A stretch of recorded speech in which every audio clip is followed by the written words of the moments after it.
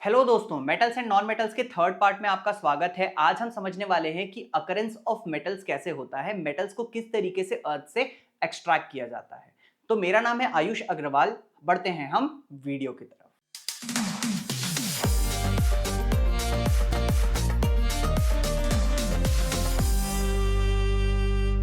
तो दोस्तों सबसे पहले समझते हैं कि मान लीजिए मुझे आयरन एक्सट्रैक्ट करना है, तो ये आयरन मुझे अर्थ में किस फॉर्म में मिलता है।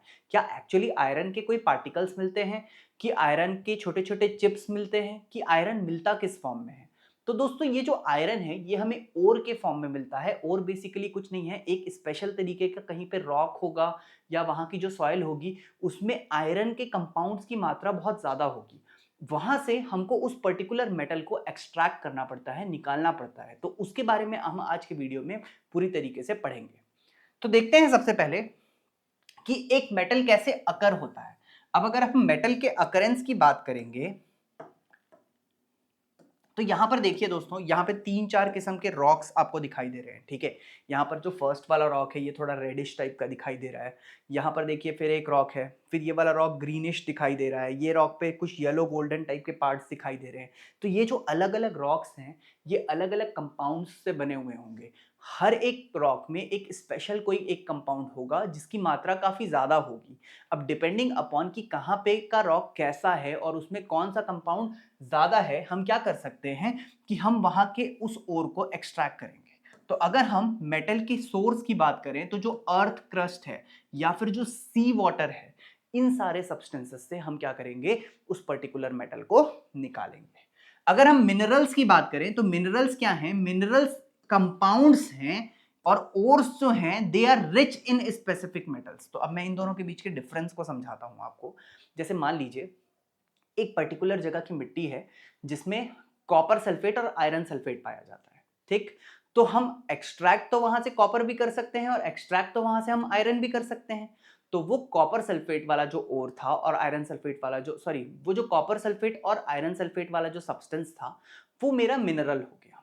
लेकिन उसमें कोई एक सब्सटेंस होगा जो काफी ज्यादा मात्रा में होगा और एक सब्सटेंस होगा जो कम मात्रा में होगा। तो ऐसा सब्सटेंस जिसको मैं प्रॉफिटेबली वहां से बाहर निकाल पाऊं उसको हम क्या बोलेंगे, उसको हम ओर बोलेंगे। ठीक, वैसे ही मान लीजिए अगर कहीं की एक पर्टिकुलर रॉक्स हैं जो कि एल्यूमिनियम, मान लीजिए वो जो रॉक्स हैं वो एल्यूमिनियम क्लोराइड के बने हुए हैं या फिर एल्यूमिनियम ऑक्साइड के बने हुए हैं। वहां से मान लीजिए कि हम एल्यूमिनियम को एक्सट्रैक्ट कर पा रहे हैं, तो वहां का जो मिट्टी है या वहां का जो रॉक है वो हमारे लिए क्या हो जाएगा, एल्यूमिनियम का ओर हो जाएगा। ठीक है, तो क्या मैं ऐसा बोल सकता हूं हर एक ओर एक मिनरल है। ठीक है, लेकिन हर एक मिनरल एक ओर नहीं है। जरूरी नहीं है कि कोई सब्सटेंस अगर एक पर्टिकुलर जगह के रॉक में प्रेजेंट है तो आप उसको प्रॉफिटेबली एक्सट्रैक्ट कर पाओगे। तो अगर हम ओर की बात करें तो ओर जो है they are rich in specific metals, और वो इतने रिच है मतलब इतना ज्यादा है उसमें वो मेटल कि हम उसको प्रॉफिटेबली एक्सट्रैक्ट कर पाएंगे। अब अगर अपन फॉर्म्स ऑफ मेटल देखें तो कुछ ऐसे मेटल्स होते हैं जो फ्री स्टेट में पाए जाते हैं, जैसे कि गोल्ड और सिल्वर को अगर अपन देखें तो ये कोई रॉक वॉक के फॉर्म में पाए नहीं जाते हैं। इसके छोटे छोटे कण मिलते हैं, छोटे छोटे पार्टिकल्स मिलते हैं, उनको इकट्ठा करके जोड़ना पड़ता है। वैसे ही कुछ ऐसे हैं जो कंबाइंड स्टेट में फॉर्म पाए जाते हैं, जैसे कि सल्फाइड के फॉर्म में या फिर ऑक्साइड के फॉर्म में पाए जाते हैं। तो ऐसे ओर्स से हम क्या करेंगे, जैसे मान लीजिए एल्यूमिनियम ऑक्साइड है या एल्यूमिनियम सल्फाइड है, तो उससे हम क्या करेंगे, ऑक्साइड या सल्फाइड को अलग करेंगे, एल्यूमिनियम को अलग करेंगे और एल्यूमिनियम को एक्सट्रैक्ट करेंगे। ठीक है, अब समझते हैं कि रिएक्टिविटी क्लासिफिकेशन क्या है या फिर एक्सट्रैक्शन टेक्निक क्या है। तो हम क्या करेंगे, अपने मेटल्स को तीन पार्ट्स में डिवाइड करेंगे, high reactive metal, medium reactive metal और low reactive metal. And depending upon कि हमारा मेटल हाई रिएक्टिव मेटल है कि मीडियम रिएक्टिव मेटल है कि लो रिएक्टिव मेटल है, हम अलग अलग तरीके का काम करेंगे उसमें। ठीक, जैसे कि हाई रिएक्टिव मेटल जो है, जैसे कि सोडियम है, ठीक है, ये पोटेशियम है, कैल्शियम है, मैग्नीशियम है, एल्यूमिनियम है, इस तरीके के मेटल्स को हम बोलते हैं हाई रिएक्टिव मेटल। और हाई रिएक्टिव मेटल कभी भी फ्री स्टेट में नहीं पाया जाता है, never found in free state. ये हमेशा कंपाउंड के फॉर्म में पाया जाएगा, या तो ये सल्फाइड के फॉर्म में पाया जाएगा या फिर ये ऑक्साइड के फॉर्म में पाया जाएगा। कभी कभी ये और भी कुछ फॉर्म्स में पाया जाता है, बट जनरली अपने को दो ही फॉर्म कंसिडर करने हैं। ऐसे सब्सटेंसेस को हम इलेक्ट्रोलाइसिस करेंगे। ठीक है, हम क्या करेंगे, इलेक्ट्रोलिसिस करेंगे। अब जैसे यहाँ पे मान लीजिए सोडियम है, तो सोडियम सी वाटर में NaCl के फॉर्म में मिलता है। ठीक है, सोडियम क्लोराइड के फॉर्म में मिलता है, NaCl के फॉर्म में मिलता है, तो उसका हम इलेक्ट्रोलिसिस करेंगे, Na को अलग करेंगे, Cl को अलग करेंगे और वहां से हम सोडियम को एक्सट्रैक्ट करेंगे। ठीक, तो ये जो हाई रिएक्टिव सब्सटेंसेस हैं, sodium, potassium, calcium, magnesium, aluminium जैसे जो सब्सटेंसेस हैं, ये हम कैसे करेंगे, इलेक्ट्रोलिसिस से इसको एक्सट्रैक्ट करेंगे। सेकेंड जो है, जो मीडियम रिएक्टिविटी वाले सब्सटेंसेस हैं, जैसे कि जिंक है, आयरन है, लेड है, इस तरीके के जो सब्सटेंसेस होते हैं वो ऑक्साइड और सल्फाइड के फॉर्म में पाए जाते हैं या फिर कभी कभी कार्बोनेट के फॉर्म में भी पाए जाते हैं। ठीक, अब इस तरीके के सब्सटेंसेस को हम रिडक्शन करेंगे, और रिडक्शन करेंगे कैसे, कार्बन का इस्तेमाल करके हम इन एलिमेंट्स का रिडक्शन करेंगे। मतलब या तो वो ऑक्साइड या ऑक्साइड, सल्फाइड, कार्बोनेट, इनमें से किसी फॉर्म में होगा, वहां से हम मेटल को एक्सट्रैक्ट करेंगे। अभी मैं डिटेल में आगे वीडियो में आपको पढ़ाऊंगा कि कैसे एक्सट्रैक्ट अपन करने वाले। ठीक, तीसरा, कुछ ऐसे सब्सटेंसेस होंगे जो लो रिएक्टिव के सब्सटेंसेस होंगे, जैसे कि कॉपर है, सिल्वर है, गोल्ड है। ये जो है, ये ऐसे सब्सटेंसेस हैं जो फ्री स्टेट में भी पाए जा सकते हैं। ठीक है, so these can be found in free states, और ऐसे जो है इसका नेटिव स्टेट एक्सट्रैक्शन करेंगे, मतलब इसको डायरेक्टली उसी फॉर्म में अर्थ से अपन एक्सट्रैक्ट करेंगे। तो डिपेंडिंग अपॉन कि मेटल की रिएक्टिविटी कैसी है, अलग अलग प्रोसीजर फॉलो किया जाएगा कि उसको किस तरीके से एक्सट्रैक्ट करना है। अब यहां पर मेन प्रोसेस समझते हैं एक्सट्रैक्शन ऑफ मेटल का। ठीक, ध्यान से समझिएगा, ये इस पूरे वीडियो का सबसे इंपॉर्टेंट टॉपिक है। ठीक है, अगर इसके सारे स्टेप्स को बाद में डिटेल में भी समझाऊंगा, बट एक फ्लो को अगर आप समझ जाएंगे तो आपको आगे के सारे स्टेप्स समझ में आएंगे। ठीक है, अब यहां पर समझिए क्या हो रहा है। मेरे पास एक ओर है। ठीक, ओर क्या है, मिनरल क्या है, वो मैंने समझा दिया। कोई एक जगह का ओर था, हम गए, मान लीजिए हमको पता चल गया कि भाई यहाँ के पहाड़ों की जो रॉक्स हैं उसमें मान लीजिए आयरन ज़्यादा है। ठीक, तो हम यहाँ से गए, बड़े बड़े प्रोक्लेन्स, क्रेन्स, जेसीबी सब लगाए, हमने क्या किया, वहाँ के रॉक्स को तोड़ तोड़ के और बाहर निकाला और अपन कलेक्ट करके ले आए। अब जब हम उसको कलेक्ट करके लेके आए होंगे, उसके साथ सॉइल पार्टिकल्स भी आ गए होंगे, लकड़ी भी आ गया होगा, पेड़ के टुकड़े भी आ गए होंगे, जानवरों का थोड़ा बहुत फ्लैश भी आ गया होगा, तो ये कचरा वचरा भी साथ में आ गया होगा। इन सब को हटा के कंसंट्रेशन करेंगे ओर की। ठीक, मतलब ओर से जितना भी फालतू का सब्सटेंस है उसको हटा देंगे और ओर के सब्सटेंस की कंसंट्रेशन को बढ़ा देंगे। इस स्टेप को हम बोलते हैं कंसंट्रेशन ऑफ ओर। ठीक, अब 3 स्टेप हैं, पहला हाई रिएक्टिव, फिर मीडियम रिएक्टिव, फिर लो रिएक्टिव। अभी मैं आपको सिर्फ समझाने वाला हूं मीडियम रिएक्टिविटी। अब जो मीडियम रिएक्टिविटी के मेटल्स हैं, जनरली वो 2 फॉर्मेट में पाए जाते हैं। ए है, या तो वो कार्बोनेट ओर में पाए जाएंगे, ठीक, या तो वो सल्फाइड ओर में पाए जाएंगे। अब यहां पर समझो, जैसे मान लो यहां पर देखो आयरन है, मीडियम रिएक्टिविटी वाला है, तो आयरन का अगर कार्बोनेट ओर बनेगा तो वो क्या बनेगा, FeCO3। ठीक, FeCO3 बन गया। या फिर सल्फाइड ओर बनेगा तो क्या बनेगा, FeS। तो इस तरीके से या तो इसका कार्बोनेट ओर हो सकता है या तो इसका सल्फाइड ओर हो सकता है। अब हमको ये कैसे पता चलेगा कि कार्बोनेट ओर था कि सल्फाइड ओर था, तो जो हमने रॉक्स एक्सट्रैक्ट किए उसको हम लेबोरेटरी में भेजेंगे, वहां से वो चेक होकर के आएगा और हमें पता चलेगा कि वो कौन सा ओर था। अब डिपेंडिंग अपॉन कि वो कौन सा ओर है, यहां पर अलग अलग प्रोसीजर फॉलो होगा। सबसे पहला प्रोसीजर है कैल्सिनेशन कर सकते हैं। अब देखो यहां पर ऑलरेडी ऑक्सीजन प्रेजेंट है, तो एब्सेंस ऑफ ऑक्सीजन में, एब्सेंस ऑफ एयर या फिर एब्सेंस ऑफ ऑक्सीजन में इसको क्या करना है, हीट करना है। ठीक, यहां पर देखो ऑक्सीजन प्रेजेंट नहीं है, तो प्रेजेंस ऑफ एयर में या फिर विथ ऑक्सीजन अपन इसको क्या करेंगे, हेवीली हीट करेंगे। ऐसा प्रोसेस जिसमें एब्सेंस ऑफ ऑक्सीजन में या बहुत लिमिटेड ऑक्सीजन में अपन हीट करते हैं, इसको हम बोलते हैं कैल्सिनेशन। और ऐसा प्रोसेस जिसमें अपन प्रेजेंस ऑफ एयर में या फिर विद ऑक्सीजन हीट करते हैं, इसको हम बोलते हैं रोस्टिंग। ठीक, यहां तक की कहानी समझ आई। अब क्या करना है कि अपने को पता चल गया कि कैल्सिनेशन करना था कि रोस्टिंग करना था। इसका कैल्सिनेशन किए, और अगर ये वाला और होगा तो रोस्टिंग करेंगे। दोनों ही केस में यहां पर आके बन जाएगा FeO, या तो फिर बन सकता है Fe2O3, डिपेंडिंग अपॉन वैलेंसी 2 थी कि 3 थी। अब देखो मेटल ऑक्साइड बनेगा दोनों केस में। यहां पे क्या होगा, कार्बन डाइऑक्साइड गैस जो है वो इवॉल्व हो जाएगी और मेटल ऑक्साइड बन जाएगा। यहां पे सल्फर डाइऑक्साइड गैस इवॉल्व हो जाएगी और मेटल ऑक्साइड बन जाएगा। दोनों ही केस में क्या बना, मेटल ऑक्साइड बन गया। अब अगर अपन आगे का प्रोसेस देखें, तो रिमूवल ऑफ ऑक्सीजन को हम क्या बोलते हैं? रिमूवल ऑफ ऑक्सीजन को हम बोलते हैं रिडक्शन करना। ठीक, हमको क्या करना है, मान लीजिए यहाँ पे आयरन ऑक्साइड में से ऑक्सीजन को हटा दोगे तो आयरन बचेगा ना, तो हमको क्या करना है, रिडक्शन ऑफ मेटल करना है। और जब आप रिडक्शन ऑफ मेटल करोगे तो यहाँ पर आपको मिल जाएगा मेटल, लेकिन ये जो मेटल मिला है अभी भी इसमें इंप्योरिटीज है। ठीक, शुरू में जो प्यूरिफिकेशन किए थे वो ओर का प्यूरिफिकेशन था, यहाँ पे जो प्यूरिफिकेशन करेंगे वो मेटल का प्यूरिफिकेशन होगा, और मेटल का प्यूरिफिकेशन करके हम प्योर मेटल एक्सट्रैक्ट कर लेंगे। ठीक है, एक बार रिविजन करके देखते हैं इसका क्या क्या हुआ, इस चीज को एक बार रिवाइज करके देखते हैं। ओर था, ओर का कंसंट्रेशन किए, कंसंट्रेशन के बाद डिपेंडिंग अपॉन कौन सा है उसको देखें।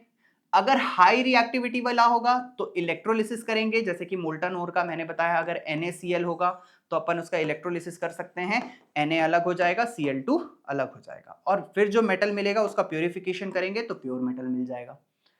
अगर मीडियम रिएक्टिविटी वाला होगा तो दो फॉर्म में पाया जा सकता है, कार्बोनेट ओर में और सल्फाइड ओर में। कार्बोनेट ओर होगा तो कैल्सिनेशन कर देंगे, कार्बोनेट ओर होगा तो कैल्सिनेशन कर देंगे, सल्फाइड ओर होगा तो रोस्टिंग कर देंगे। कैल्सिनेशन क्या होता है, एब्सेंस ऑफ ऑक्सीजन में हीट करना, और रोस्टिंग क्या होता है, प्रेजेंस ऑफ ऑक्सीजन में हीट करना। दोनों ही केस में एंड प्रोडक्ट क्या बनेगा, मेटल ऑक्साइड बन जाएगा। मेटल ऑक्साइड का रिडक्शन करेंगे, जैसे ही मेटल ऑक्साइड का रिडक्शन करेंगे मेटल बन जाएगा। उस मेटल से हम क्या करेंगे, मेटल का प्यूरिफिकेशन कर लेंगे। थर्ड केस हो सकता है कि मेटल ऑफ लो रिएक्टिविटी आ जाएगा। अगर मेटल्स ऑफ लो रिएक्टिविटी जो है वो जनरली कार्बोनेट ओर के फॉर्म में नहीं पाए जाते हैं, वो पाए जाते हैं सल्फाइड ओर के फॉर्म में। ठीक, या तो वो नेटिव स्टेट में मिल जाते हैं, नेटिव स्टेट में मिल जाएंगे तो उसको माइन करने का तरीका अलग है, वो अपने को नहीं पढ़ना है। अगर लो रिएक्टिव वाला आ जाएगा तो मान लीजिए वो सल्फाइड ओर में आ गया। अब देखो सल्फाइड ओर यहाँ आ गया, सल्फाइड ओर की क्या करते हैं, रोस्टिंग करते हैं। रोस्टिंग क्या होता है, प्रेजेंस ऑफ ऑक्सीजन में हीट कर दो, सल्फर जो है वो सल्फर डाइऑक्साइड बना के अलग हो जाएगा। आएगा क्या, मेटल ऑक्साइड आएगा। यहाँ पे डायरेक्टली दे दिया है बट मेटल ऑक्साइड आ सकता है, और मेटल ऑक्साइड का फिर आप रिडक्शन करोगे तो मेटल आ जाएगा, मेटल की रिफाइनिंग करोगे तो यहाँ पर प्योर मेटल मिल जाएगा। ठीक, ये बहुत इंपॉर्टेंट है, ये जो फ्लो चार्ट है ये सबसे ज्यादा इंपॉर्टेंट है भैया। आगे पीछे करके 2 बार 3 बार देख लो इसको, इसका हर एक स्टेप इंपॉर्टेंट है, इसके हर स्टेप से क्वेश्चन बन सकता है। ठीक है, अभी इस वीडियो में आगे बहुत सारी चीजें और पढ़ाने वाला हूं। ठीक है, लास्ट में और बहुत सारे टॉपिक्स और बताऊंगा। अभी इन चीजों को अब थोड़ा सा और डिटेल में पढ़ेंगे हम। ठीक है, सबसे पहला टॉपिक एनरिचमेंट ऑफ ओर। यहां पे जो हमने किया था ना कंसंट्रेशन ऑफ ओर, इसी को हम कहते हैं एनरिचमेंट ऑफ ओर। तो आप समझते हैं ये एनरिचमेंट ऑफ ओर कैसे होता है। ओर के अंदर कुछ इंप्यूरिटीज होती हैं, और ओर के अंदर जो इंप्यूरिटीज होती हैं उनको हम बोलते हैं गैंग। अब ये गैंग क्या क्या हो सकता है, सॉइल पार्टिकल हो सकता है, सैंड पार्टिकल हो सकता है, इन तरीके के पार्टिकल्स को हम गैंग बोलते हैं, और गैंग को हम रिमूव करेंगे। ठीक, तो एनरिचमेंट का मतलब क्या होता है, एनरिचमेंट में हम रिमूव करते हैं गैंग को बिफोर मेटल एक्सट्रैक्शन। तो मेटल को एक्सट्रैक्ट करने से पहले हम इस गैंग मटेरियल को, जो कि सैंड हो सकता है, सॉइल हो सकता है, लकड़ी के टुकड़े हो सकते हैं, डिब्रीज हो सकती हैं, इन सबको हम रिमूव करते हैं। फिर हम देखते हैं कि सेपरेशन मेथड कौन सा अप्लाई करना है। अब based on the difference in the physical and the chemical properties between the ore and the gangue. अब सारा गैंग आप यहां पर रिमूव नहीं कर पाओगे, कुछ गैंग रिमूव हो जाएगा, कुछ गैंग रिमूव नहीं हो पाएगा। जैसे कि मान लीजिए मेरे रॉक में आयरन सल्फेट और जिंक सल्फेट दोनों प्रेजेंट है। अब मुझे एक्सट्रैक्ट करना है जिंक, तो आयरन सल्फेट जो है वो मेरे काम का नहीं है, तो वो मेरे लिए गैंग मटेरियल हो गया। अब डिपेंडिंग अपॉन आयरन सल्फेट की प्रॉपर्टीज क्या हैं और जिंक सल्फेट की प्रॉपर्टीज क्या हैं, मैं उसकी फिजिकल प्रॉपर्टीज और केमिकल प्रॉपर्टीज को स्टडी करूंगा, और उन प्रॉपर्टीज का यूज करके जिंक सल्फेट को अलग करूंगा और आयरन सल्फेट को अलग करूंगा, क्योंकि आयरन सल्फेट वहां पे मेरे काम का नहीं है। तो ऐसे प्रोसीजर्स या ऐसे सेपरेशन मेथड जिसमें हम क्या करते हैं, based on the difference between the physical and the chemical properties, हम क्या करते हैं, ओर को और गैंग मटेरियल को अलग करते हैं। ठीक है, अब आगे समझते हैं।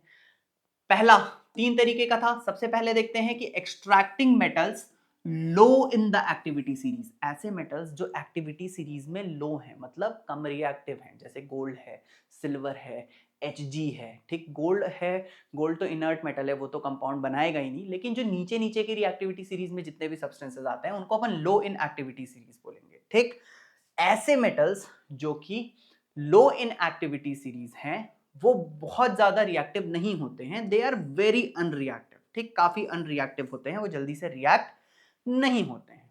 बोलता है their oxides can be reduced by heating alone. अगर आप मान लीजिए वो आपको ऑक्साइड के फॉर्म में मिले और आप उसको सिर्फ हीट करोगे, ठीक है, तो सिर्फ हीट करोगे तो मेटल ऑक्साइड अपना ऑक्सीजन लूज कर देगा, ऑक्सीजन गैस लिबरेट हो जाएगी और आपको वहां पर मेटल मिल जाएगा।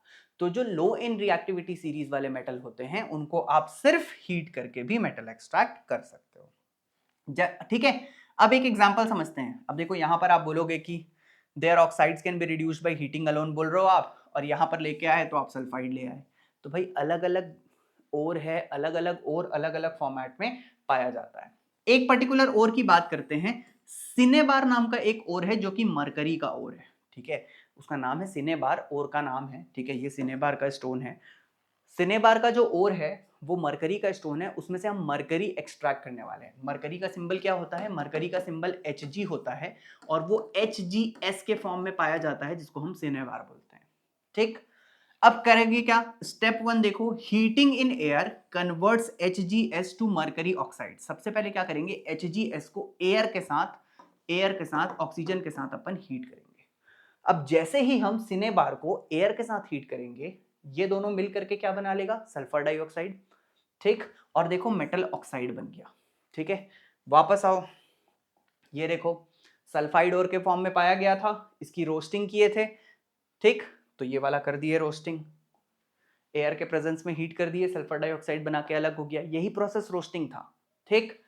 अब स्टेप 2 में क्या करेंगे, फर्दर इसको हीट करते जाएंगे, और जैसे ही इसको हीट करते जाएंगे, ये जो मरकरी ऑक्साइड यहां पे बना था, इसको जब हीट करते जाओगे तो ऑक्सीजन अलग हो जाएगा और लिक्विड मरकरी आपको मिल जाएगा, ठीक। ये देखो इस पत्थर से लिक्विड मरकरी निकल गया जो थर्मोमीटर में डाले थे। तो ये जो प्रोसेस था, ये जो स्टेप था, इसी को हम बोलते हैं एक्सट्रैक्शन ऑफ मेटल, ठीक है। मेटल ऑब्टेन करना है अपने को ओर से, ठीक। यहां पे कौन सा मेटल ऑब्टेन हो गया? मरकरी ऑब्टेन हो गया। नेक्स्ट देखते हैं, कॉपर ऑब्टेन करेंगे Cu2s से, ठीक, ये Cu2s है, इसमें से हमको कॉपर ऑब्टेन करना है, ठीक है। सबसे पहले इसको हीट करेंगे इन एयर। जब इसको अपन एयर में हीट करेंगे तो क्या होगा, ठीक, ये Cus है, Cus भी ले सकते हो, Cu2s भी ले सकते हो। कॉपर की वैलेंसी +1 भी होती है, कॉपर की वैलेंसी +2 भी होती है, दोनों फॉर्मेट में पाया जाता है। इसको ऑक्सीजन के साथ हीट करो, जैसे ही इसको ऑक्सीजन के साथ हीट करोगे वो Cu2O बना लेगा और सल्फर डाइऑक्साइड अलग हो जाएगा। वापस से यहाँ पे क्या कर दिए अपन, रोस्टिंग कर दिए, ठीक। अब क्या हुआ, ये जो बना ऑक्साइड वाला, इसको सल्फाइड ओर के साथ रिएक्ट करा दो, मतलब ये जो ओर था, ये और ये दोनों को आपस में रिएक्ट करा दो, ठीक है। यहाँ पे 2 भी ले सकते हो, ठीक है। तो क्या होगा, अब देखो यहां पर आप बोलोगे कि कभी कभी आप रिडक्शन के लिए कोई और मेथड यूज करते हैं। हम अभी जैसे पिछले वाले में हमने सिर्फ हीट किया था और ऑक्सीजन रिमूव हो गया था। तो डिपेंडिंग अपॉन कि आपका ओर कौन सा है, रिडक्शन के लिए अलग अलग मेथड्स यूज किए जा सकते हैं, ठीक है। 4 साल की पूरी इंजीनियरिंग होती है मेटलर्जिकल इंजीनियरिंग नाम से। तो ये बहुत वास्ट कोर्स है, अपन उसको बहुत शॉर्ट में समझने की कोशिश कर रहे हैं, ठीक। अगर आप Cu2O को Cu2S के साथ रिएक्ट करा दोगे तो ये देखो, ये सल्फर और ये ऑक्सीजन दोनों मिलकर के सल्फर डाइऑक्साइड बना लेंगे और कॉपर अलग हो जाएगा, ठीक। तो इस प्रोसेस में हमने क्या किया, कॉपर को एक्सट्रैक्ट किया। अब जैसे कि अपन ने देखा कि लो इन एक्टिविटी सीरीज वाले मेटल्स को किस तरीके से एक्सट्रैक्ट किया जाता है, अब हम समझने वाले हैं कि कोई middle of the activity series में अगर कोई मेटल है तो उसको कैसे एक्सट्रैक्ट करेंगे, ठीक। मॉडरेटली रिएक्टिव एलिमेंट्स में अपन क्या क्या ले सकते हैं, आयरन ले सकते हैं, जिंक ले सकते हैं, लेड ले सकते हैं, कॉपर ले सकते हैं, इस तरीके के सब्सटेंस को ले सकते हैं, ठीक। अब ये देखो कॉपर यहाँ पर मिडिल में भी डाल दिया है और पिछले वाले में लो में भी पढ़े थे। तो ऐसे ही होता है, क्या है, वो बीच में एक कोई क्लियर बाइफर्गेशन नहीं किया गया है कि ये वो पॉइंट है जहां से मिडिल शुरू हो जाता है, ये वो पॉइंट है जहां से लो शुरू हो जाता है, ठीक है। एक पूरी लिस्ट है, लिस्ट में से वो नीचे नीचे के सब्सटेंसेस थे, ये बीच के सब्सटेंसेस हैं। कैसे कैसे पाए जाते हैं, तो सल्फाइड ओर और कार्बोनेट ओर के फॉर्म में पाया जाता है। अल्टीमेटली क्या करना होता है, मेटल ऑक्साइड में आपको कन्वर्ट करना है, इसको भी और इसको भी। कार्बोनेट वाले को कैसे करोगे, कैल्सिनेशन से करोगे। सल्फाइड वाले को कैसे करोगे, रोस्टिंग से करोगे, ठीक। और दोनों ही फॉर्मेट में आप कन्वर्ट करने के बाद आप क्या करोगे, बाद में उसका रिडक्शन करोगे जिससे आपको मेटल एक्सट्रैक्ट हो जाएगा, ठीक, अब दो प्रोसेस थे, एक था कैल्सिनेशन, एक था रोस्टिंग, दोनों ही समझा चुका हूं, तो अब ज्यादा ना समझाते हुए सीधा सीधा इसके पॉइंट्स पे आते हैं। रोस्टिंग किसके लिए होता है? सल्फाइड ओर के लिए। कैल्सिनेशन किसके लिए होता है? कार्बोनेट ओर के लिए। रोस्टिंग में हम क्या करते हैं? बहुत स्ट्रांगली हीट करते हैं इन एक्सेस ऑफ एयर। जैसे यहां पे देखो, जिंक सल्फाइड को बहुत सारे ऑक्सीजन के साथ रिएक्ट किए, जिंक ऑक्साइड बन गया, सल्फर डाइऑक्साइड अलग हो गया। कैल्सिनेशन में हम क्या करते हैं? हीट करते हैं लिमिटेड एयर या फिर नो एयर के साथ। जैसे कि जिंक कार्बोनेट है, हीट किए, कार्बन डाइऑक्साइड गैस थी, इवॉल्व हो गई और मेटल ऑक्साइड बन गया। ध्यान देने वाली चीज, दोनों ही के लास्ट स्टेप में क्या बना है? Metal oxide. तो अगला स्टेप क्या होगा? मेटल ऑक्साइड से मेटल निकालना है। ठीक है, अगला है reduction of metal oxide. Reduction, removal of oxygen को हम रिडक्शन बोलते हैं, ठीक। And displacement reaction. अब ये दो क्यों लिया है, इन दोनों चीजों को समझ लेते हैं। सबसे पहले समझते हैं कि रिडक्शन ऑफ मेटल ऑक्साइड क्या होता है, ठीक। तो जो मेटल ऑक्साइड्स होते हैं उनको अपन रिड्यूस करते हैं। कैसे रिड्यूस करेंगे? By using suitable reducing agents, ठीक। जैसे कि आप कार्बन को यूज कर सकते हो, वो एक रिड्यूसिंग एजेंट है, और बहुत सारे अलग अलग रिड्यूसिंग एजेंट्स भी आते हैं जिनका इस्तेमाल आप कर सकते हो। यहां पर देखो, उसी जिंक ऑक्साइड को कार्बन के साथ रिएक्ट किया है, जिंक अलग हो गया और कार्बन मोनोऑक्साइड जो कि एक गैस होती है, ये इवॉल्व हो जाएगी। तो यहां से हमें मेटल मिल गया, जिंक, ठीक। अगला है डिस्प्लेसमेंट रिएक्शन। मेटल ऑक्साइड से मेटल एक्सट्रैक्ट करने का एक और ऑप्शन है, और वो ऑप्शन है डिस्प्लेसमेंट रिएक्शन। अब इसमें हम करेंगे क्या? डिस्प्लेसमेंट रिएक्शन में अपन हाईली रिएक्टिव मेटल्स को डिस्प्लेस कराएंगे लेस रिएक्टिव मेटल्स से, ठीक। क्या करेंगे? हम एक दूसरे मेटल को कॉम्प्रोमाइज कर देंगे इस मेटल को एक्सट्रैक्ट करने के लिए। जैसे कि यहां पर देखो, हम एल्यूमिनियम का रिएक्शन करा रहे हैं MnO2 के साथ। अब क्या है, एल्यूमिनियम हमको बहुत ज्यादा मिल जाता है नेचर में, Mn हमको कम मिलता है, तो हम क्या किए?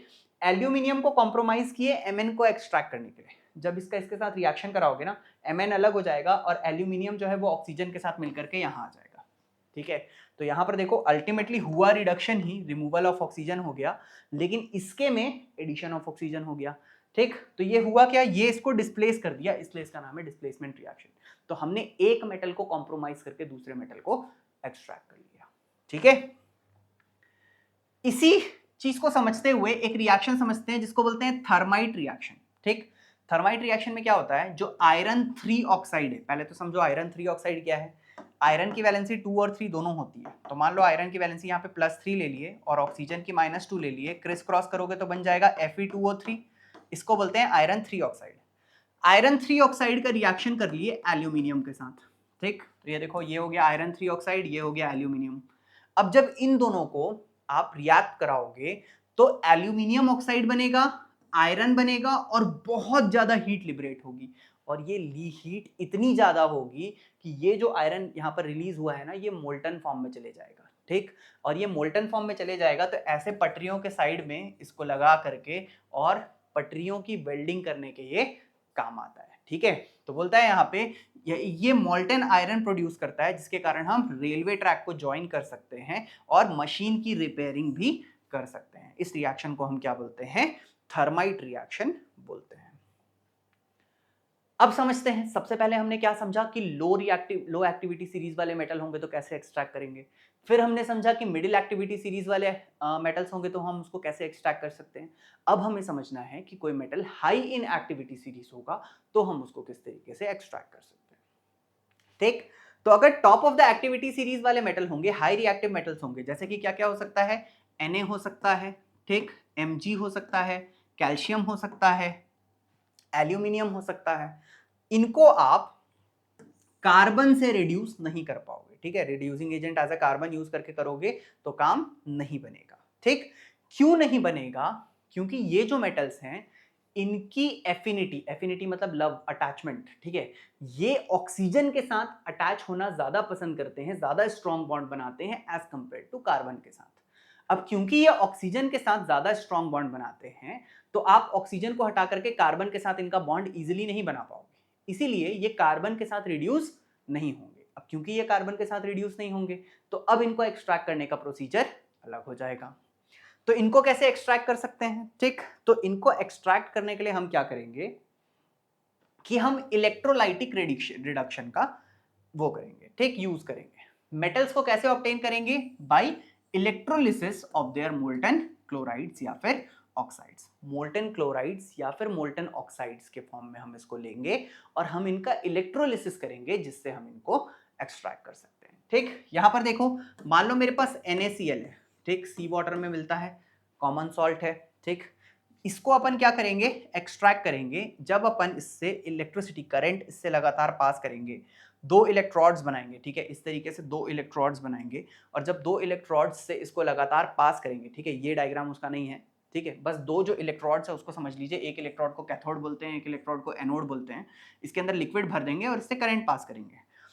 जब इस तरीके का चीज करेंगे तो क्या होगा कि ये जो सोडियम है ये एक इलेक्ट्रॉन गेन करके और ये Na बना लेगा, और ये जो क्लोरीन है ये इलेक्ट्रॉन्स को लूज कर देगा। जनरली क्या होता है, Na जब टूटता है तो बनाता है Na पॉजिटिव और Cl माइनस। ये जो Na पॉजिटिव है, ठीक है, वो ये रहा, वो एक इलेक्ट्रॉन गेन किया और Na पॉजिटिव से Na बना लिया, ठीक, मतलब Na पॉजिटिव एक इलेक्ट्रॉन गेन करके Na बना लिया। बट द क्वेश्चन इज, इसको एक इलेक्ट्रॉन मिलेगा कैसे? तो ये जो क्लोरीन नेगेटिव है, जब ये Cl2 में चेंज होगा तो ये इलेक्ट्रॉन रिलीज करेगा। मतलब ये जो क्लोरीन माइनस है ये क्लोरीन बना करके इलेक्ट्रॉन रिलीज करता है। इसी इलेक्ट्रॉन को ये सोडियम यूज कर लेता है Na बनाने में। तो एज अ प्रोडक्ट क्या बना, एज ए प्रोडक्ट बना Na और दूसरा प्रोडक्ट बना Cl2। अब ये Cl2 तो गैस है, ये उड़ जाएगी और एक्सट्रैक्ट क्या हो जाएगा, Na एक्सट्रैक्ट हो जाएगा। तो जो मेटल है वो डिपॉजिट हो जाता है कैथोड में, और जो क्लोरीन गैस है वो एनोड में लिबरेट हो जाती है। तो इस तरीके की इलेक्ट्रोलाइटिक रिफाइनिंग से हम क्या कर सकते हैं, इलेक्ट्रोलाइटिक रिडक्शन से हम क्या कर सकते हैं, हाई रिएक्टिव वाले मेटल्स को ऑब्टेन कर सकते हैं। अब जैसा कि मैंने बताया था कि मेटल को एक्सट्रैक्ट करने के बाद जो मेटल मिलता है वो भी प्योर फॉर्म में नहीं होता है, ठीक, तो हमको क्या करना पड़ता है, इम्प्योर मेटल से प्योर मेटल एक्सट्रैक्ट करना पड़ता है। तो प्यूरिफिकेशन ऑफ मेटल को कैसे करेंगे, इस चीज को समझ लेते हैं। अब क्या करेंगे, हम इस तरीके की दो रॉड्स बनाएंगे, ठीक, पहली रॉड को हम बोलेंगे एनोड और दूसरी रॉड को हम बोलेंगे कैथोड, ठीक। अब जनरली क्या होता है कि ये जो एनोड है ना इसको मोटा बनाया जाता है और कैथोड को पतला बनाया जाता है, ठीक। आपकी बुक में ये जो डायग्राम दिया है इसमें एक बराबर है। मैं अभी आपको समझाने के लिए क्या कर रहा हूं, एनोड को थोड़ा सा मोटा बना रहा हूं।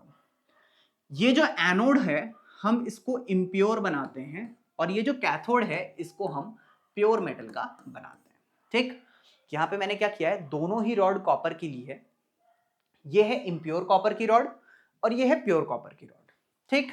यहां पर मैंने क्या किया है, एक लिक्विड भर दिया है पूरे में, ठीक है, ये पूरे में एक लिक्विड भर दिया है इसमें, ठीक। ये जो लिक्विड है ये क्या चीज का लिक्विड है, ये एसिडिफाइड कॉपर सल्फेट सॉल्यूशन है, मतलब CuSO4 का सॉल्यूशन है। और इसमें 2-4 ड्रॉप्स कोई भी एसिड का डाल दो, HCl का डाल सकते हो, H2SO4 का डाल सकते हो, तो इसको हम बोलेंगे एसिडिफाइड कॉपर सल्फेट सॉल्यूशन।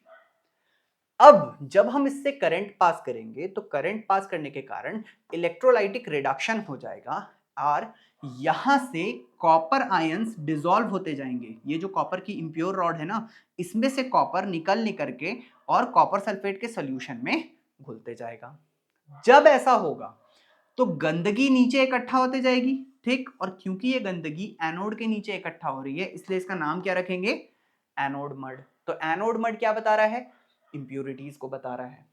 इसके साथ यहां पर जो दूसरी रॉड है उतना ही मात्रा कॉपर आयन का यहां से वापस क्रिस्टलाइज होकर के इस कैथोड में जुड़ते जाएगा। तो क्या होगा, वक्त के साथ ये जो एनोड है ये छोटी होते जाएगी और ये जो कैथोड है ये बड़ा होते जाएगा, ठीक। जब ये रॉड एकदम पतली हो जाएगी इसको हटा के दूसरी इंप्योर रॉड लगा देंगे, ये रॉड जब बहुत मोटी हो जाएगी तो इसको हटा के दूसरी पतली सी प्योर रॉड लगा देंगे कैथोड की। तो इस तरीके से हम प्यूरिफिकेशन ऑफ मेटल्स करते हैं, ठीक है। तो दोस्तों ये एक प्रोसेस था जिसमें हमने देखा कि मेटल्स को किस तरीके से एक्सट्रैक्ट किया जाता है। अब इस चैप्टर के कुछ एडिशनल सिंपल टॉपिक्स को भी कवर कर लेते हैं। हमारा अगला टॉपिक है कोरोजन एंड रस्टिंग। तो बढ़ते हैं इस टॉपिक की तरफ और समझते हैं कि कोरोजन और रस्टिंग क्या होता है। अगर हम सिल्वर को देखें, ठीक है, यहाँ पर देखो सिल्वर की चम्मच को अगर हम देखें तो यहाँ पर सिल्वर की चम्मच कई बार हमने देखा होगा कि इस तरीके से ब्लैक पड़ जाती है, या फिर जो भी चांदी के सिक्के होते हैं या जो चांदी के जग या बर्तन होते हैं वो सब इस तरीके से ब्लैक हो जाते हैं। तो सिल्वर जो होता है वो ब्लैक टर्न हो जाता है, ऐसा इसलिए होता है क्योंकि सिल्वर सल्फाइड की एक लेयर इसके ऊपर बन जाती है। वैसे ही अगर अपन कॉपर की बात करें, ठीक है, यहाँ पर देखो ये कॉपर है, ठीक, कॉपर के ऊपर क्या होता है, ग्रीन कलर का कोट आ जाता है, यहाँ पर देख रहे हैं आप, ये ग्रीन कलर का कोट आ जाता है। ये ग्रीन कलर का जो कोट होता है वो कॉपर कार्बोनेट का कोट होता है, और कॉपर कार्बोनेट का कोट इसलिए आ जाता है क्योंकि कॉपर जो है वो कार्बन डाइऑक्साइड एयर के साथ रिएक्ट करके और कॉपर कार्बोनेट का इस तरीके का लेयर बना लेता है, ठीक। वैसे ही अगर अपन देखें तो आयरन जो है, ठीक, इसके ऊपर इस तरीके का ब्राउन एक लेयर चढ़ जाता है जिसको हम बोलते हैं रस्ट, और इसको हम बोलते हैं, इस प्रोसेस को हम बोलते हैं रस्टिंग। रस्टिंग सिर्फ आयरन में होगी और बाकी सब्सटेंस के कोरोजन को हम कोरोजन बोलेंगे। तो कोरोजन, ये पूरे प्रोसेस को हम कोरोजन बोलते हैं जिसमें मेटल अपनी स्ट्रेंथ खो बैठता है और एयर और वाटर के साथ रिएक्ट हो जाता है। स्पेशल केस आयरन का है जिसमें हम कोरोजन का एक नाम रख दिए हैं और उसको हम बोलते हैं रस्टिंग। अब समझते हैं कि ये रस्टिंग के लिए क्या क्या चीजों की नीड होती है। इसके लिए एक एक्सपेरिमेंट देखते हैं। एक्सपेरिमेंट है रस्टिंग ऑफ आयरन का। हम 3 टेस्ट ट्यूब लेने वाले हैं, test tube A, test tube B, test tube C, ठीक। यहाँ पर आप देख सकते हैं 3 टेस्ट ट्यूब्स हैं, test tube A B C. Test tube A में हमने क्या किया है, एयर भी रखा है, वाटर भी रखा है और कुछ नेल्स, आयरन नेल्स डाल दिए हैं, ठीक। हमको ऐसा पता चलेगा कि बहुत देरी अगर इसको हम छोड़ देंगे, ठीक है, कुछ दिनों के लिए अगर अपन छोड़ दें तो यहाँ पर क्या होगा कि आयरन के नेल के ऊपर हमको रस्ट जमा दिखाई देगा, जंग दिखाई देगा, ठीक। टेस्ट ट्यूब बी में यहां पर क्या किया है, एयर डाला गया है, एक लेयर ऑफ ऑयल है, ठीक है, और ये देखो यहां पर ये बॉइल्ड वाटर है और इसके अंदर नेल्स डाले हैं, ठीक। अपन ने बॉइल्ड वाटर इसलिए लिया है क्योंकि बॉइल्ड जब वाटर को आप बॉईल करोगे तो जितना भी उसके ऊपर डिजॉल्व ऑक्सीजन है वो रिमूव हो जाएगा। और एयर इसलिए डाला है क्योंकि जो डिजॉल्व ऑक्सीजन है वो ऊपर चले गया, एयर ऊपर है, और ये जो ऑयल की लेयर है ये इस एयर को वाटर के साथ कांटेक्ट में नहीं आने दे रही है। तो बेसिकली अब पानी है लेकिन पानी के अंदर ऑक्सीजन डिजॉल्व नहीं है, तो ये जो आयरन नेल है ये इसमें अब रस्टिंग नहीं होगी क्योंकि रस्टिंग के लिए दोनों कंडीशन सेटिस्फाई होनी चाहिए, एयर भी जरूरी है और वाटर भी जरूरी है। तीसरा वाला जो कंडीशन है इसमें हमने क्या किया है, ड्राई एयर लिया है और पानी नहीं डाला है। अब इस एयर को ड्राई कैसे करेंगे, एयर में तो मॉइस्चर भी होगा, तो उसके लिए हम क्या करेंगे, एनहाइड्रस कैल्शियम क्लोराइड CaCl2 डालेंगे, जिसके कारण क्या होगा, CaCl2 जो है वो ड्राइंग एजेंट के जैसा काम करता है, वो पूरे मॉइस्चर को एब्जॉर्ब कर लेगा। तो ये जो एयर है इसके अंदर वो ड्राई एयर है। तो अब यहाँ पर क्या है, आयरन नेल के चारों तरफ एयर तो है लेकिन वाटर नहीं है, तो यहाँ पर भी रस्टिंग नहीं होगी। तो इससे हमें क्या पता चलता है कि रस्टिंग सिर्फ इस केस में होने वाली है। इससे हमें पता चलता है कि जो आयरन नेल है उसको रस्ट होने के लिए एयर और वाटर दोनों की जरूरत होती है। नेक्स्ट समझते हैं कि ये एनोडाइजिंग क्या होता है। तो एनोडाइजिंग एक ऐसा प्रोसेस होता है which enhances corrosion resistance specially for aluminium. तो एल्यूमिनियम के सब्सटेंसेस के लिए अपन एनोडाइजिंग का सबसे ज्यादा इस्तेमाल करते हैं। एनोडाइजिंग एक ऐसा तरीका है जिससे आप कोरोजन को रोक सकते हो, ठीक है, कोरोजन को आप क्या कर सकते हो, रोक सकते हो, ठीक है। उससे कोरोजन रेजिस्टेंस की जो प्रॉपर्टी है वो इनहैंस हो जाती है। इनहैंस हो जाना मतलब बढ़ जाना। तो कोरोजन से रेजिस्टेंस होता है एल्यूमिनियम जैसे सब्सटेंसेस का, इसको हम क्या बोलते हैं, एनोडाइजिंग बोलते हैं, ठीक। जैसे कि यहाँ पर देखो ये एनोडाइजिंग है। इसमें करते क्या है कि अपन एल्यूमिनियम के उस सब्सटेंस को जिसको एनोडाइज करना होता है उसको अपन एनोड बना लेते हैं, दूसरे साइड एक और रॉड डालते हैं जिसको अपन कैथोड बोलेंगे, और उससे अपन करंट पास करते हैं, और उसका पूरा जो प्रोसेस होता है एनोडाइजिंग का जब हम उसको फॉलो करते हैं तो एल्यूमिनियम के सब्सटेंस के ऊपर एक लेयर बन जाती है जिसके कारण वो कोरोजन रेजिस्टेंट हो जाता है। नेक्स्ट अगर अपन देखें तो हम क्या कर सकते हैं, हम एलॉयज बना सकते हैं, ठीक है। अब एलॉयज क्या होते हैं, जब हम दो या दो से अधिक मेटल्स को एक पर्टिकुलर होमोजेनियस मिक्सचर बनाते हैं तो उसको हम क्या बोलते हैं, हम उसको एलॉय बोलते हैं। एलॉय जो है वो इंप्रूव करता है मैकेनिकल प्रॉपर्टीज को, साथ में वो उसको रेजिस्टेंट बना देता है कोरोजन के अगेंस्ट। जैसे कि आयरन, रस्टिंग हो रही थी आयरन में, लेकिन अगर आप आयरन की जगह स्टील बना दोगे, ठीक है, जैसे कि अपन बिल्डिंग्स में छड़ यूज करते हैं, जो स्टील रॉड्स हैं, ये आयरन रॉड्स नहीं है, स्टील रॉड्स हैं, ठीक है। तो अगर आप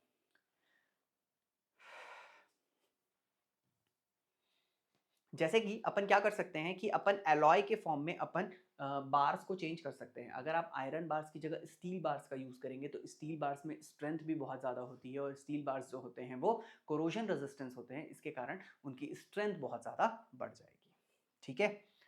नेक्स्ट अगर अपन देखें तो what are the methods to prevent rusting of iron. अब रस्टिंग ऑफ आयरन को प्रिवेंट करने के क्या क्या मेथड हो सकते हैं?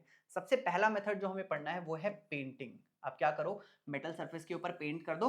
जैसे ही आप पेंट कर दोगे क्या होगा, मेटल सरफेस के ऊपर बाहर से हवा और पानी नहीं टच होगा। जब उससे हवा और पानी नहीं टच होगा तो रस्टिंग नहीं होगी, क्योंकि रस्टिंग होने के लिए एयर और वाटर दोनों कंडीशन होना मस्ट था। सेकेंड चीज आप क्या कर सकते हो, ऑयलिंग और ग्रीसिंग कर सकते हो। जैसे कि अपन गाड़ी में, ठीक है, ये जो ऑयल्स यूज करते हैं, ग्रीस लगाते हैं, ये सब इसीलिए लगाते हैं ताकि उसमें रस्टिंग ना हो। तीसरा हम क्या कर सकते हैं, क्रोम प्लेटिंग कर सकते हैं। ठीक है, बाथरूम के जो पार्ट्स होते हैं, ठीक है, जैसे जो वहाँ पे नल है, शावर्स हैं, उनके ऊपर क्रोम प्लेटिंग की जाती है। इससे क्या होता है, मेटल के ऊपर एक क्रोमियम की लेयर चढ़ा देते हैं, जिसके कारण वो रेजिस्टेंट हो जाता है। एक और तरीका है, हम गैल्वनाइजेशन कर सकते हैं। ठीक है, so painting was the first method, oiling and greasing second method हो गया, क्रोम प्लेटिंग थर्ड मेथड हो गया, फोर्थ मेथड जो है दैट इज गैल्वनाइजेशन। अब समझते हैं गैल्वनाइजेशन को करते कैसे हैं। तो गैल्वनाइजेशन का प्रोसेस क्या है, coating iron and steel with a layer of zinc. Zinc की एक लेयर से हम आयरन और स्टील को कवर कर देते हैं, जिसके कारण जो है उसका फर्दर कोरोजन नहीं होता है, रस्टिंग से वो बच जाता है। ठीक, रीजन क्या है, जिंक जो है वो प्रोटेक्ट करता है आयरन को even if the coating is damaged. मतलब मान लीजिए ये आयरन था, आयरन के ऊपर अपन ने क्या किया, जिंक की एक कोटिंग चढ़ा दी। अब मान लीजिए ये एयर और वाटर के कांटेक्ट में आया और इस जिंक की कोटिंग का कोरोजन हो गया। ठीक है, इसका कोरोजन हो गया और ये क्या बना लिया, मान लो ये जिंक ऑक्साइड की लेयर बना लिया। ठीक है, अब ये जो लेयर है ये जिंक ऑक्साइड की लेयर हो गई मान लो। ठीक है, इस चीज को समझते हैं। ये मान लीजिए अब चेंज हो गया, अब ये किस में चेंज हो गया, जिंक ऑक्साइड में चेंज हो गया। लेकिन ये जो जिंक ऑक्साइड की लेयर है दोस्तों, ये एक प्रोटेक्टिव फिल्म बनी हुई है अभी भी आयरन के ऊपर। ये क्या कर रही है, ये एयर और वाटर को कांटेक्ट में नहीं आने दे रही है आयरन के साथ। तो जिंक तो कॉम्प्रोमाइज हो गया, लेकिन आयरन जो है वो सेफ हो गया। इस तरीके के प्रोसेस को हम क्या बोलते हैं, गैल्वेनाइजेशन बोलते हैं। ठीक है, तो होता क्या है, zinc protects the iron even if the coating is damaged, as zinc is more reactive and sacrifices, वो अपने आप को सैक्रिफाइस कर देता है कोरोजन को। मतलब वो खुद कोरोड हो जाएगा, लेकिन वो फर्दर आयरन को कोरोड नहीं होने देगा। और वही पहले क्यों कोरोड होगा, क्योंकि वो ज्यादा रिएक्टिव है, इसीलिए वो पहले कोरोजन होगा उसका। ठीक है, नेक्स्ट देखते हैं, what is the role of alloys in preventing corrosion. तो एक मेथड ये भी हो गया कि फॉर्मेशन ऑफ एलॉयज, आप एलॉयज बना सकते हो और एलॉयज जो है वो कोरोजन से आपके मेटल को बचाएंगे। तो क्या रोल है उसका, उस चीज को समझते हैं। पहले समझते हैं एलॉय क्या होता है। एक एलॉय एक तरीके का होमोजीनियस मिक्सचर होता है, किसका, दो या दो से अधिक मेटल्स का, और कभी कभी आप उसमें एक नॉन मेटल भी मिक्स कर सकते हो। तो मेटल्स एंड नॉन मेटल्स की होमोजीनियस मिक्सचर को हम यहाँ पर क्या बोलते हैं, एलॉय बोलते हैं। वैसे जनरली एलॉयज में मेटल्स को मिक्स किया जाता है। बोलता है द चेंजेस, इट चेंजेस, मतलब जब भी आप एलॉय बनाओगे तो it changes the properties of the metal for improved performance. जैसे कि लोहा जंग लग जा रहा था उसमें, लेकिन स्टील में जंग नहीं लग रहा है, तो उसकी परफॉर्मेंस इनहैंस हो गई। तो आप क्या करते हो, जब भी आप एक एलॉय बनाते हो तो उसकी जो प्रॉपर्टीज हैं वो इनहैंस हो जाती हैं, जिसके कारण इंप्रूव्ड परफॉर्मेंस आपको मिलती है। फॉर एग्जाम्पल यहाँ पर देखो, प्योर आयरन है, सॉफ्ट होता है, डक्टाइल होता है। ठीक, लेकिन अगर आप आयरन में कार्बन मिक्स कर दोगे, बहुत ज्यादा नहीं, सिर्फ 0.05% कार्बन मिक्स कर दोगे, तो क्या होता है, वो स्टील बना लेता है, जो कि हार्ड होता है और स्ट्रॉन्ग होता है। इसी तरीके से मान लीजिए अगर आपने आयरन में निकल मिक्स कर दिया और थोड़ा सा क्रोमियम मिक्स कर दिया, ठीक है, iron plus nickel plus chromium mix कर दिया, तो बन जाएगा स्टेनलेस स्टील। और स्टेनलेस स्टील में क्या होगा, स्टेनलेस स्टील में रस्ट नहीं लगेगा। तो देखिए यहां पर आपने स्टील बनाया जो कि हार्ड और स्ट्रॉन्ग हो गया, सॉफ्ट एंड डक्टाइल से हार्ड एंड स्ट्रॉन्ग हो गया, और वहीं पर स्टेनलेस स्टील बना दिए तो वो रेजिस्टेंट टू रस्ट भी हो गया। तो इस तरीके से आप अलग अलग किस्म के एलॉयज बना सकते हैं जो आपके मेटल की प्रॉपर्टीज को एनहांस करेंगे। अब अगर अपन एलॉयज देखें और उसके प्रॉपर्टीज देखें, तो मैं कुछ एलॉयज कॉमनली जो यूज होते हैं वैसे वाले एलॉयज बताता हूं। सबसे पहला एलॉय है ब्रास। अगर अपन ब्रास की बात करें तो ब्रास बनता कैसे है, तो ब्रास बेसिकली कॉपर और जिंक का मिक्सचर है। तो अगर आप कॉपर और जिंक इन दोनों को मिला दोगे तो क्या बन जाएगा, ब्रास बन जाएगा। अगर अपन कंडक्टिविटी की बात करें तो not a good conductor of electricity. ठीक है, तो ये जो ब्रास है ये बहुत अच्छा कंडक्टर ऑफ इलेक्ट्रिसिटी नहीं होता है, लेकिन हम सब जानते हैं वायर्स के अंदर हम क्या यूज करते हैं, कॉपर। तो कॉपर बहुत अच्छा मेटल का कंडक्टर है, लेकिन जब हमने इसको ब्रास बना दिया तो इसकी कंडक्टिविटी को हमने क्या किया, कम कर दिया। उसी तरीके से अगर अपन ब्रॉन्ज बनाएं तो ब्रॉन्ज कैसे बनेगा, अगर आप कॉपर को टिन के साथ मिला दोगे तो कॉपर और टिन के मिक्सचर को हम बोलेंगे ब्रॉन्ज। ठीक, अगर इसकी कंडक्टिविटी की बात करें तो this is also not a good conductor of electricity. अगर अपन सोल्डर की बात करें तो अगर आप लेड को टिन के साथ मिला दोगे तो लेड और टिन के होमोजेनियस मिक्सचर को हम क्या बोलते हैं, सोल्डर बोलते हैं।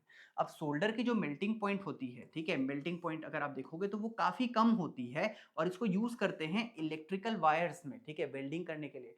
तो use for welding electrical wires, electrical wires की वेल्डिंग करने के लिए हम सोल्डर का इस्तेमाल करते हैं, क्योंकि सोल्डर की जो मेल्टिंग पॉइंट होती है वो कंपैरेटिवली कम होती है। तो डिपेंडिंग अपॉन हमको प्रॉपर्टीज को किस तरीके से मोल्ड करना है, हम अलग अलग तरीके के एलॉयज को बना सकते हैं। ठीक, ये ध्यान रखिएगा दोस्तों, कभी भी अगर किसी भी एलॉय में मरकरी यूज हो रहा होगा तो उस एलॉय के नाम में अमलगम वर्ड जरूर आएगा। ठीक है, नेक्स्ट बात करते हैं गोल्ड और उसके एलॉयज के। अगर अपन गोल्ड और उसके एलॉयज की बात करें, ठीक है, तो यहां पर ये देखिए, ये जो है दिस इज 24 कैरेट गोल्ड, और यहां पर अगर हम देखेंगे तो ये है 22 कैरेट गोल्ड। ठीक है, this is 24 carat gold and this is 22, ये वाला 22 कैरेट गोल्ड है। अब ये जो 24 कैरेट गोल्ड होता है ना, ये काफी सॉफ्ट होता है, इससे आप ज्वेलरीज नहीं बना सकते। ठीक है, इसको अपन बोलते हैं प्योर गोल्ड। 24 कैरेट गोल्ड मतलब 100% गोल्ड। अब हम क्या करते हैं, इस गोल्ड में कुछ अदर मेटल्स को मिला देते हैं ताकि हम उसकी स्ट्रेंथ को बढ़ा सकें, और इस तरीके से बढ़ा सकें ताकि हम उससे ज्वेलरी बना सकें। उससे हमको कोई भी चीज़ की डिज़ाइनिंग करनी है तो अगर वो बहुत सॉफ्ट होगा तो अपन डिज़ाइन नहीं कर पाएंगे। ठीक है, तो हम क्या कर सकते हैं, 22 कैरेट गोल्ड बना सकते हैं, 18 कैरेट गोल्ड बना सकते हैं। तो इस तरीके से हम अलग अलग कैरेट गोल्ड बना सकते हैं, जो कि एक तरीके का क्या है, एलॉय है। अब समझते हैं the wonder of ancient Indian metallurgy. ठीक है, अब ये जो मेटलर्जी है ये इंडिया में आज से नहीं चल रही है, बहुत साल पुरानी टेक्निक्स हैं ये सब। ठीक है, बहुत सारी टेक्निक अब नई भी आती जा रही है, लेकिन इसी में एक टेक्निक है। दिल्ली में एक आयरन पिलर है, ठीक है, दिल्ली में एक आयरन पिलर है, आपको इसकी फोटो एनसीईआरटी में भी मिल जाएगी, वहीं से मैंने ये फोटोज उठाई हुई हैं। ठीक है, और ये जो पिलर है बहुत पुराना पिलर है ये, ठीक, कुतुब मीनार के पास सिचुएटेड है, लगभग 1600 साल पुराना। ठीक है, 1600 साल पुराना ये पिलर है, लेकिन अभी तक इसमें रस्ट नहीं लगा है। तो क्या ये पिलर हवा के कांटेक्ट में है? बिल्कुल है, बाहर है, हवा के कांटेक्ट में है। क्या ये पिलर वाटर के भी कांटेक्ट में है? रेन गिरता होगा, पानी के बिल्कुल कांटेक्ट में है, मॉइस्चर के कांटेक्ट में है, तो फिर वो 1600 साल तक कैसे टिक सकता है?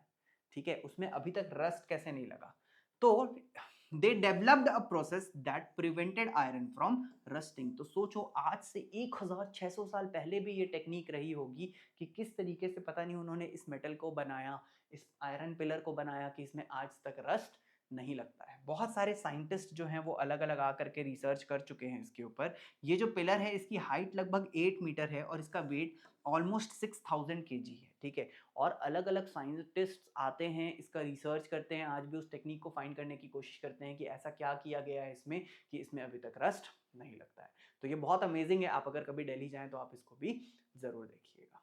ठीक है, तो दोस्तों अगर आपको ये वीडियो पसंद आया हो तो वीडियो को लाइक, शेयर एंड सब्सक्राइब जरूर करें, अपने दोस्तों के साथ ज्यादा से ज्यादा शेयर करें ताकि वो भी हमारे साथ इस जर्नी में जुड़ सके। आज के लिए बस इतना ही।